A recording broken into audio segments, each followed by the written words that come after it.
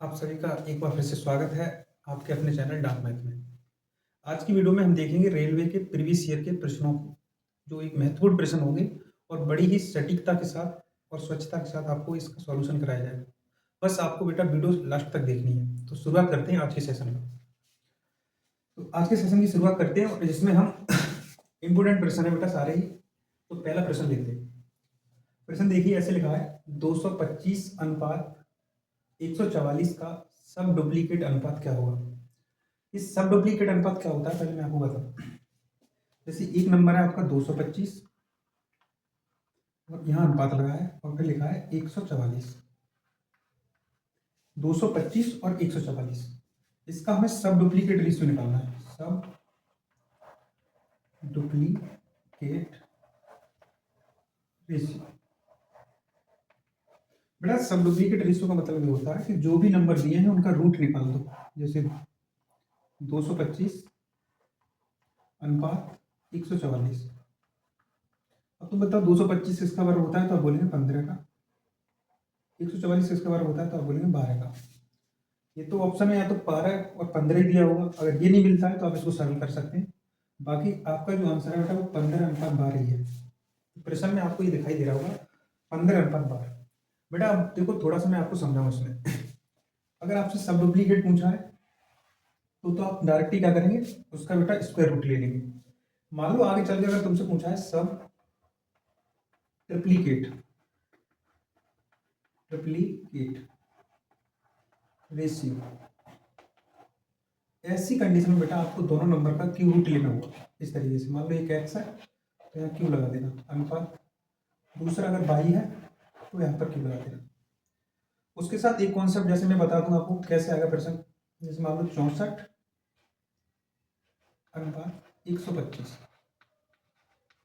अगर आपसे पूछता है इसका हमें सब ट्रिप्लीकेट रेशियो क्या होगा, तो आपको क्यू रूट लगाना है इस पर, और इस पर भी ऐसा ही करना है। तब बोलेंगे 64 4 का होता है और 125 5 का होता है, तो ये आपका आंसर आ जाएगा। तो आपको ये वाली बात समझ आ गई होगी। बेटा दो बातें आप सीख लो। एक होता है डुप्लीकेट डुप्लीकेट रेशियो, और एक होता है ट्रिप्लीकेट रेशियो ट्रिप्लीकेट रेशियो। बेटा वो सब डुप्लीकेट और सब ट्रिप्लीकेट अलग होता है, और डुप्लीकेट और ट्रिप्लीकेट ये बात अलग होती है। इसको हिंदी में बेटा वर्ग वर्ग अनुपात भी कहते हैं, इसको घना अनुपात भी कहते हैं। अब जैसे मान लो मैं अगर आपसे पूछता हूँ ए अनुपात बी दिया है, तो मैं पूछ रहा हूँ बता डुप्लीकेट रेशियो क्या होगा, तो आपको कुछ नहीं करना है, ए का स्क्वायर अनुपात बी का स्क्वायर। ऐसे में कह रहा हूँ बेटा ए अनुपात बी दिया है और ट्रिप्लीकेट निकालना है, तो बेटा कुछ नहीं करना है, ए का क्यू करना है और बी का क्यू करना है। तो बेटा मैंने इस प्रश्न से इससे बनने वाले सारे कॉन्सेप्ट क्लियर करा दिए हैं। प्रश्न के कॉन्सेप्ट भी आपको समझ आ गए होंगे और बेटा जो प्रश्न का सॉल्यूशन वो भी समझ आ गया होगा। तो बढ़ते हैं नेक्स्ट प्रश्न की तरफ। वीडियो का स्क्रीनशॉट ले लो। चलिए बेटा, इसमें मैंने इस प्रश्न के सारे कॉन्सेप्ट क्लियर किए। अब देखते हैं बेटा अगला प्रश्न।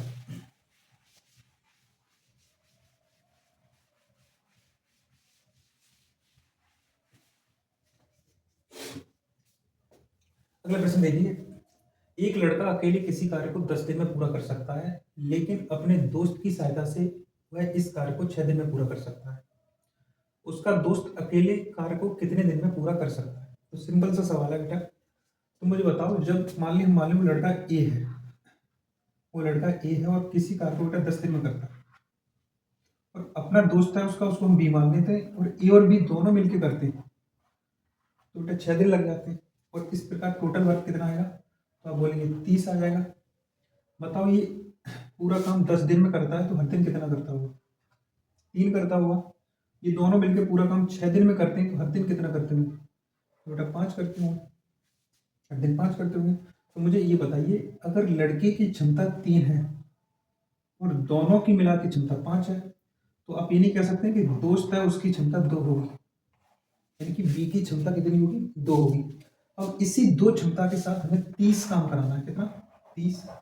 नीचे बेटा 2 से भाग दे देंगे, तो दोस्त इस काम को करने में 15 दिन लेगा बेटा। दोस्त इस काम को करने में 15 दिन लेगा। तो प्रश्न समझ आ गया होगा। बाकी अगर दूसरा तरीका लगाना चाहो तो आप इसको ऐसे कर सकते हैं। आप ऐसा करना, टोटल वर्क को मान लेना,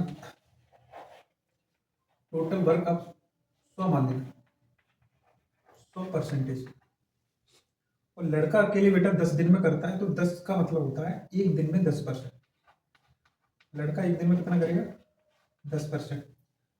बताओ दोनों मिलकर काम करते हैं बेटा, ए और बी, तो एक दिन में 1/6, और 1/6 को बेटा परसेंटेज में लिखते हैं 16 से 2/3%। बात समझ रहे हो बेटा, कॉन्सेप्ट परसेंटेज का भी बढ़िया है। अब बताओ लड़का अगर 10% करता है और ये दोनों मिलकर 16 से 2/3% करते हैं, तो 10% इसमें से निकाल दो, तो बी का कितना काम आ जाएगा? तो 6 से 2/3% आ जाएगा। और इसी को बेटा हम लिखते हैं 6×18 और 2 20/3%। तुम्हें लड़के की बेटा क्षमता निकालने की, लड़का कितना काम करता है? 20/3%, और काम टोटल है कितना? 100। और इसी काम को 20/3 से कराओगे तो कितना टाइम लगेगा? 20 से काटोगे तो 20×5 = 100, और 15 दिन। बेटा जो भी कॉन्सेप्ट अच्छा लगे आप उसको करिए, बाकी मेरे बताने का तरीका था बेटा, मैं दोनों तरीके से सवाल को बता दिया। देखिए बेटा अगला प्रश्न। चलो बच्चों देखते हैं अगला प्रश्न।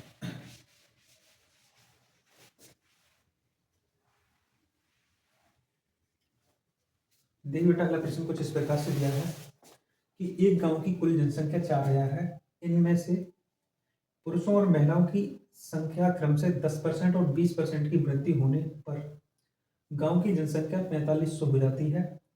नए सदस्यों के आने से पहले गांव में पुरुषों की जनसंख्या कितनी थी? यानी बेटा पुरुषों की जनसंख्या पूछी है, तो बेटा इस सवाल को करने का मैं आपको सबसे बेस्ट मेथड दूंगा। तो मुझे बताइए पहली जनसंख्या कितनी थी? तो आप बोलेंगे 4000 थी पहले। और बेटा अब जनसंख्या कितनी होगी? तो आप बोलेंगे सर 4500। तो मुझे बताओ बेटा जनसंख्या बढ़ कितनी गई? तो आप बोलेंगे सर 500। कितनी बढ़ गई? 500 बढ़ गई। अगर जनसंख्या 500 बढ़ गई है तो आप मुझे बताओ कितने परसेंट बढ़ गई है? तो अगर इसको परसेंटेज में देखोगे तो 500 बढ़ी है 4000 पर, तो बताओ 100 पे कितनी बढ़ेगी? तो बेटा एक, दो यहाँ कट जाएंगे और एक यहाँ कट जाएगा। तो इस प्रकार बेटा जो आएगा, जैसे 2 से काटोगे तो ऊपर 25 और नीचे 2 आ जाएगा। तो जनसंख्या बेटा 25/2% बढ़ी है। अगर मैं एक साल का पीरियड ले लूँ, एक साल में जनसंख्या 25/2% बढ़ी है। उनमें से मुझे बताइए बेटा कुछ महिलाएं बढ़ी हैं, कुछ पुरुष बढ़े हैं। तो महिलाओं की जनसंख्या में बेटा 20% और पुरुषों की जनसंख्या में 10% की वृद्धि हुई है। अब मुझे बताइए ओवरऑल कितनी जनसंख्या बढ़ी है? तो आप बोलेंगे 25%, 25/2%। अब बेटा यहाँ एलिगेशन लगा दो। जब एलिगेशन लगाओगे तो इस 2 का गुणा यहाँ कर देना, इस 2 का गुणा यहाँ कर देना, 20 दूनी 40 हो जाएगा, तो 10 दूनी 20 हो जाएगा, और यहाँ जब 2 से गुणा करोगे तो वो 2 कट जाएगा। अब बताओ 25 में से 20 घटाओगे तो यहाँ 5 आ जाएगा, और 40 में से 25 जाएगा तो बेटा 15 आएगा। इनका रेशियो बनाना, 5 एकम 5 और 5 तिया 15। तो बेटा ये कुछ 3:1 आ जाएगा। ये जो आता है वो वर्तमान जनसंख्या होती है। क्या होती है? वर्तमान। तो बताओ वर्तमान टोटल कितनी हो रही है? अब बोलेंगे सर 4 हो रही है, और सवाल में वर्तमान थी कितनी? 4000। तो उसने ये पूछा है कि नए सदस्य आने से पहले पुरुषों की जनसंख्या कितनी थी। तो बताओ बेटा पुरुषों की जनसंख्या कितनी है? 3। तो 3 यूनिट का मान निकाल दो। 4 से 4 कट जाएगा, यहाँ 1000 आएगा, और 1000 में 3 से गुणा करोगे तो उस गांव में बेटा पुरुषों की जनसंख्या कितनी है? 3000 है। तो आपको बेटा इसे एलिगेशन से भी बना सकते हो, और इसको एक और बेस्ट मेथड होता है उससे भी बना सकते हो। अगर आपको एलिगेशन समझ आ गया तो वीडियो को पॉज करिए और अगले बढ़ते हैं प्रश्न पर। चलिए बेटा देखते हैं अगला प्रश्न।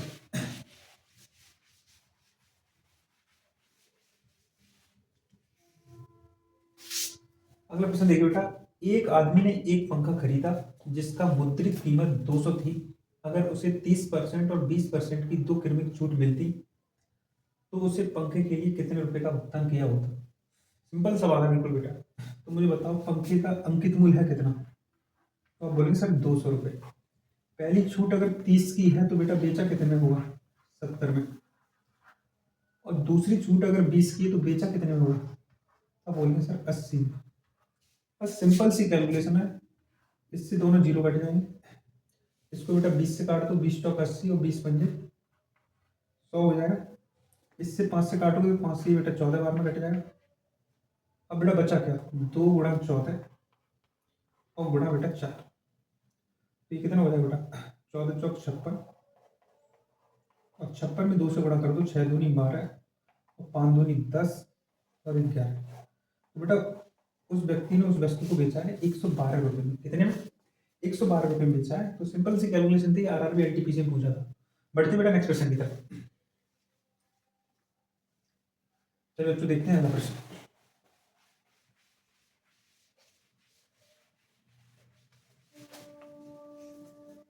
बेटा अगला प्रश्न कुछ इस प्रकार से है, इस सतत भिन्न को सतत बनाने के बाद मान क्या होगा। एक भिन्न दिया बेटा, इसका मान निकालना है। भिन्न कुछ इस प्रकार से है, 1/2 प्लस 1/3 प्लस 1/2 प्लस 1/4। बेटा चाहो तो आप इसको डायरेक्टली बना सकते हो, जैसे मान लो 4 दूनी 8 और 1 9 हो जाएगा, तो यहाँ 9 आ जाएगा और यहाँ 4 आ जाएगा। ठीक है, तो बेटा 9 का गुणा यहाँ करना, 9 तिया 27 और 27 और 4 बेटा 31 हो जाएगा। 27 और 4 31 और 9 यहाँ आ जाएगा। अब 31 दूनी कितना होता है, तो बोलेंगे 62 और 62 में 9 जोड़ोगे तो बेटा कितना हो जाएगा 71 और 31 ऊपर पहुंच जाएगा, तो उत्तर आ जाएगा 31/71। एक तरीका तो बेटा ये है कि हम इसको डायरेक्टली ऐसे बना सकते हैं। ठीक है, बाकी मैं दूसरा तरीका आपको और समझा देगा। दूसरा तरीका क्या हो सकता है, दूसरे तरीके में कुछ नहीं करना है, आपको पहले लिखना है बेटा 1 और फिर लिखना है बेटा आपको 4। पहले आपको 1 लिखना है, यहाँ से ये लास्ट वाली भिन्न को उठा लो आप, लास्ट वाली भिन्न पहले 1 और फिर 4। उसके बाद देखिए भिन्न कहाँ तक गई है, 1 2 3, तो बेटा 1 2 3 3 डैश लगा लो। अब पहले डैश पे क्या है तो आप बोलेंगे 2, दूसरे डैश पे क्या है तो आप बोलेंगे 3, तीसरे डैश पे क्या है तो आप बोलेंगे 2। आप ये चेक करिए इसमें साइन क्या है, तो सारी जगह प्लस है, तो बस गुणा करना है। इसका गुणा इसमें करो, 4 दूनी 8 और ये जोड़ देना 9 आ गया। अब इसका गुणा इसमें करो, 9 तिया 27, 27 में 4 जोड़ो 31। अब 31 में 2 का गुणा करो, 31 दूनी 62 और 62 में बेटा 9 जोड़ दो, तो एक आपका कितना हो जाएगा 71 हो जाएगा। अगर ऊपर एक बन दिया है, अगर ऊपर बन दिया है तो बेटा पहले आपको ये लिखना होगा, बाद में उत्तर हो जाएगा 31/71। बात समझ आ रही है नहीं आ रही है? अगर मान लो इस सवाल में यहाँ बन नहीं होता तो आंसर होता 71/31। बेटा मैं दोनों ही तरीके बताए, आपको जो समझ आया हो उसे नोट करिए। तो वीडियो पसंद आ रही है तो बेटा वीडियो को लाइक करिए। बढ़ते हैं अगले प्रश्न की तरफ। चलिए बच्चों देखते हैं अगला प्रश्न।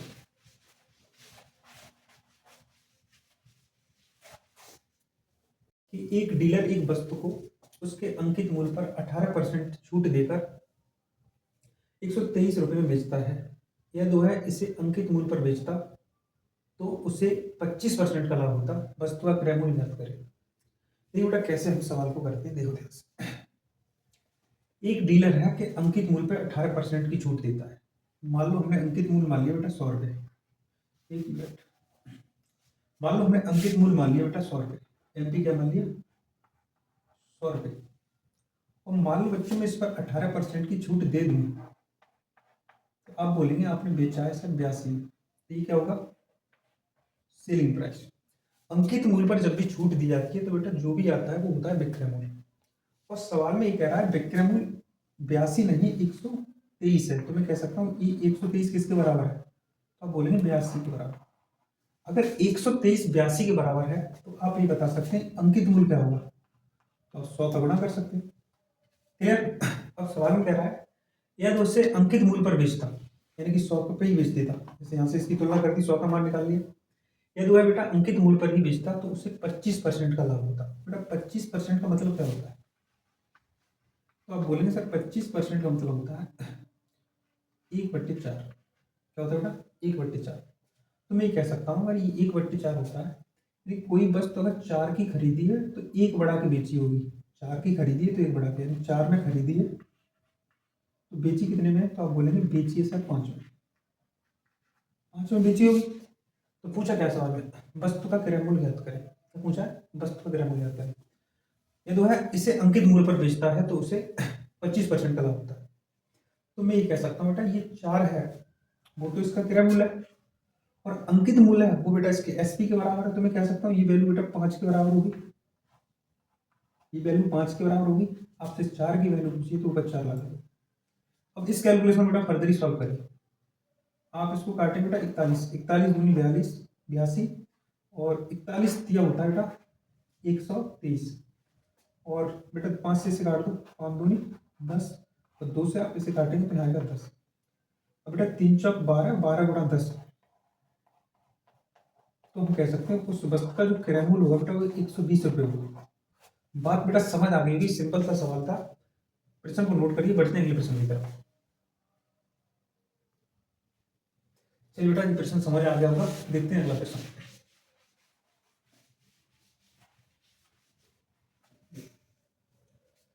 ठीक है, अगला प्रश्न कुछ इस प्रकार से दिया है कि P समांतर चतुर्भुज ABCD की भुजा BC का मध्यबिंदु इस प्रकार है कि कोण BAP बराबर कोण DAP है।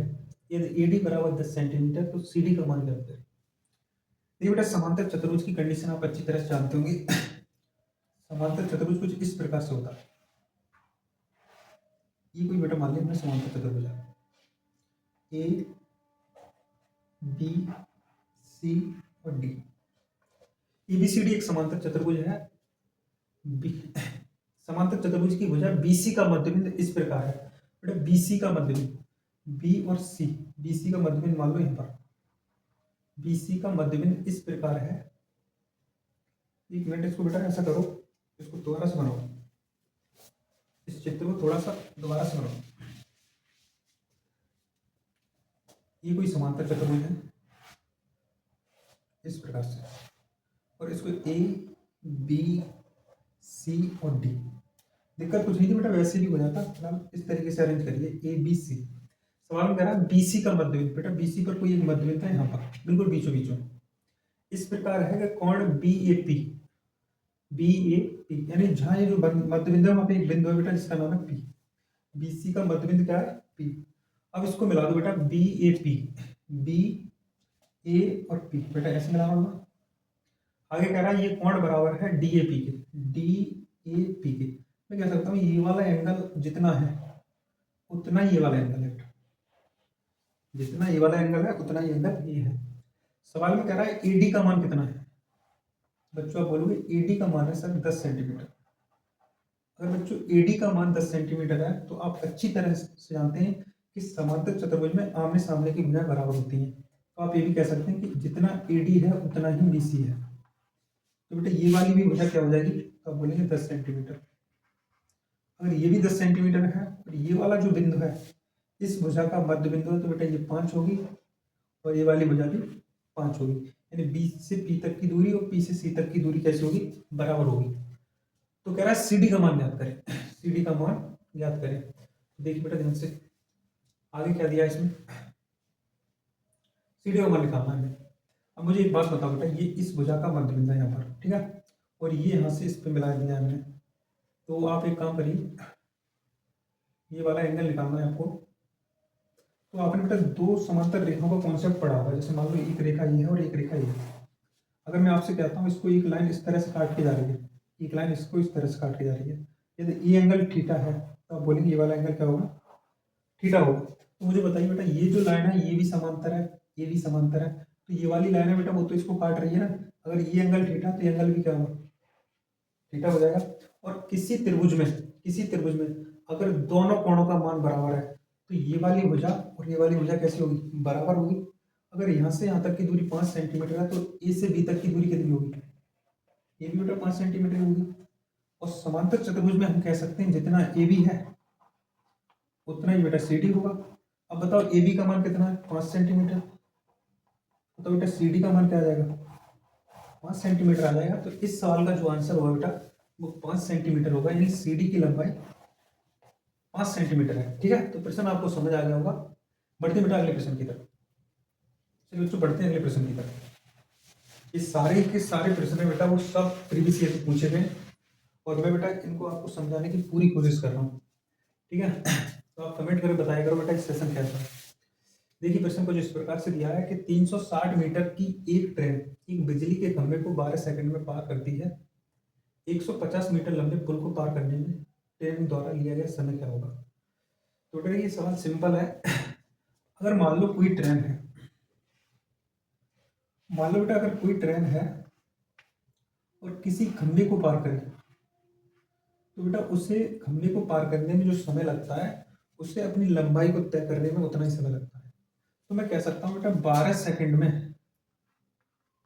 सेकंड में ट्रेन 360 मीटर जाती है। तो मैं बेटा इसको ऐसे लिख दे रहा हूँ, यानी 12 सेकंड जब लगते हैं तो 360 मीटर जाती है।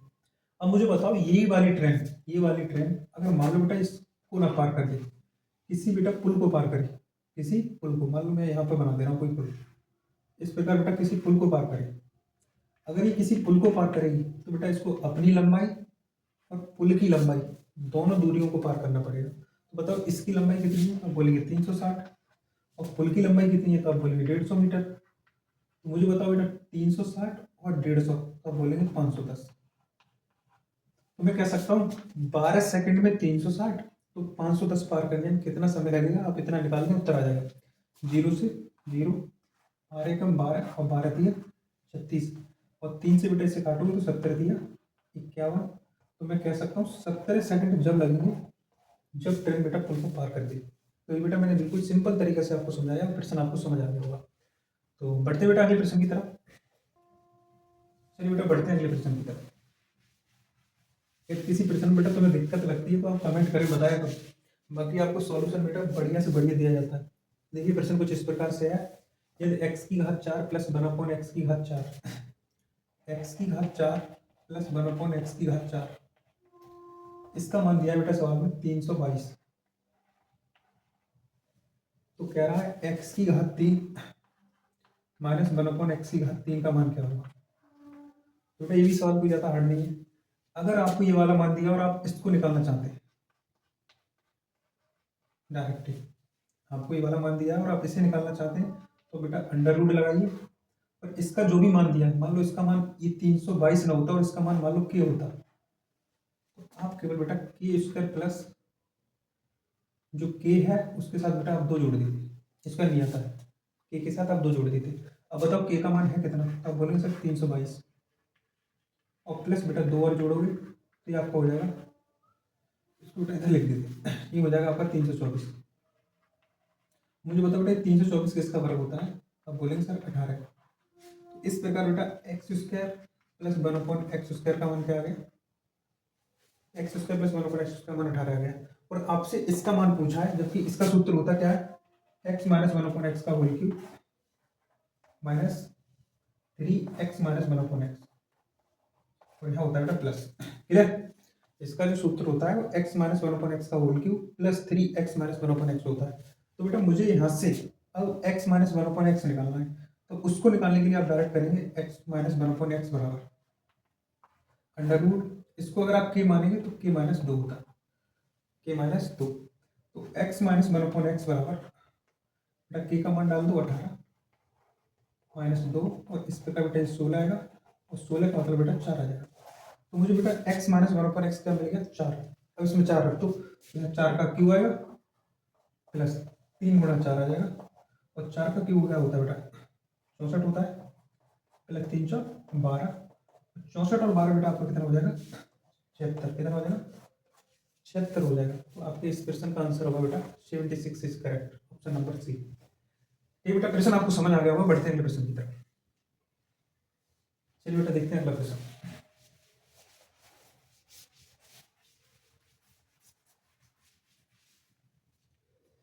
देखो प्रश्न कुछ इस प्रकार से दिया है कि दी गई आकृति ओ वृत्त का केंद्र है, कोण PAB 35 डिग्री है, तो कोण ARS क्या होगा, ARS। देखिए बेटा आकृति बना लो पहले, आकृति आपको दिखाई दे रही है, फिर मैं यहाँ बना दूँ। आकृति कुछ इस प्रकार से, आकृति किस प्रकार से है, यहाँ से बेटा ये लाइन इस तरह से चुरा दो, और ये वाली लाइन है वो बेटा इसका व्यास है, और यहाँ से बेटा एक लाइन इस तरीके से है जो बाहर की तरफ निकल गई है इस तरह से, इस तरीके से, और इस लाइन को बेटा यहाँ मिला दिया है। ठीक है, ओ वृत्त का केंद्र है, यानी कि बेटा ये वाला केंद्र है, ओ वृत्त का केंद्र है।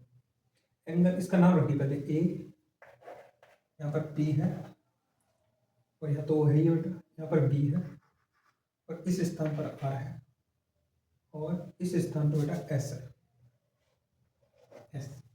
आपसे जो पूछा वो आप यहाँ लिख दो, एंगल ARS यानी बेटा आपसे इस एंगल की बात कर रहा है और आपको दिया क्या है, तो आप बोलेंगे दिया है एंगल PAB और इसका मान है बेटा 35 डिग्री।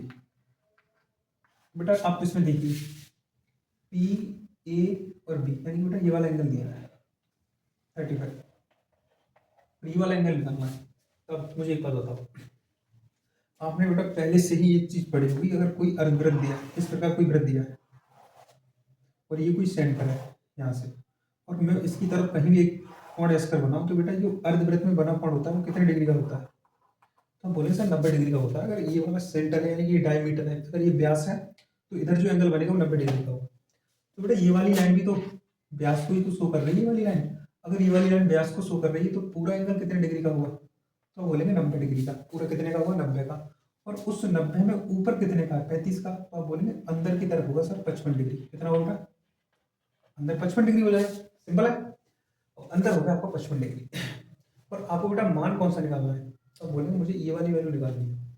अब इस वैल्यू को आप निकालने के लिए क्या कर सकते हैं, इसके लिए बेटा एक तरीका ये लगाइए कि एक चीज सोचो ध्यान से, अगर ये वाला केंद्र है, ये क्या है, केंद्र, तो केंद्र से परिधि तक की दूरी क्या कहलाती है, त्रिज्या।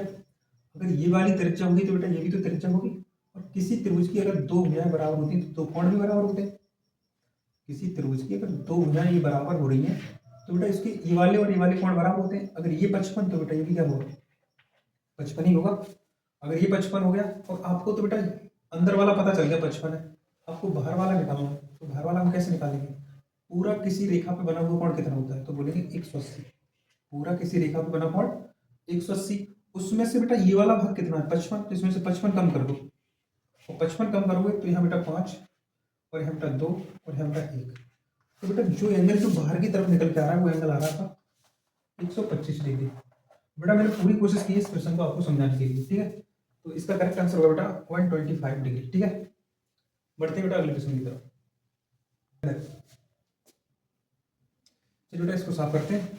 देखो आरआरबी एनटीपीसी बेटा, एनटीपीसी का सिलेबस कुछ ऐसा होता है जिसमें बेटा ट्रिग्नोमेट्री भी पूछ लेता है, ज्योमेट्री भी पूछ लेता है, कोऑर्डिनेट ज्योमेट्री भी पूछ लेता है और मेंसुरेशन भी पूछ लेता है।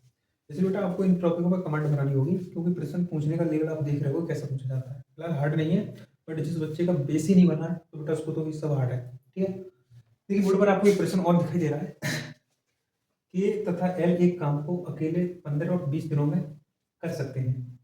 वे 5 दिन तक एक साथ काम करते हैं और फिर चले जाते हैं। तो काम का अपूर्ण भाग की गणना करें, यानी कितना काम बचा है आपको उसकी गणना करनी है। ऑप्शन आपको बोर्ड पर दिखाई दे रहे होंगे, ठीक है। तो इस प्रश्न का आंसर आपको बेटा कमेंट में बताना है और बताना ये वीडियो आपको कैसी लगी। वीडियो आपको अच्छी लगती है तो बेटा कमेंट किया करो, चैनल को ज़्यादा से ज़्यादा बेटा शेयर किया करो, ठीक है। मिलते हैं बेटा इसी प्रकार की एक और दूसरी वीडियो में, तब तक के लिए थैंक यू फॉर वॉचिंग।